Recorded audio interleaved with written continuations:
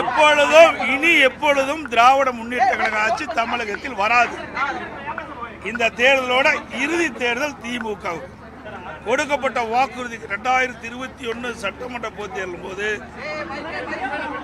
திமுக அறிவிக்கப்பட்ட தேர்தல் அறிக்கையில் 1/4 தேர்தல் அறிக்கை கூட நிறைவேற்றப்படவில்லை.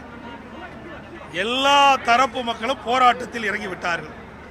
அரசு ஊழியர் ஒரு பக்கம் போராட்டம், செவிலியில் ஒரு போராட்டம், பகுதி ஆசிரியர் ஒரு பக்கம் போராட்டம், இடைநிலை ஆசிரியர் ஒரு பக்கம் போராட்டம், டாக்டர் ஒரு பக்கம் போராட்டம், சத்துணவு அமைப்பாளர் ஒரு பக்கம் போராட்டம். இன்று தமிழகம் முழுவதும் போராட்ட களம் மாறிட்டது. எங்க பார்த்தாலும் போராடி கொண்டிருக்கிறார் மக்கள்.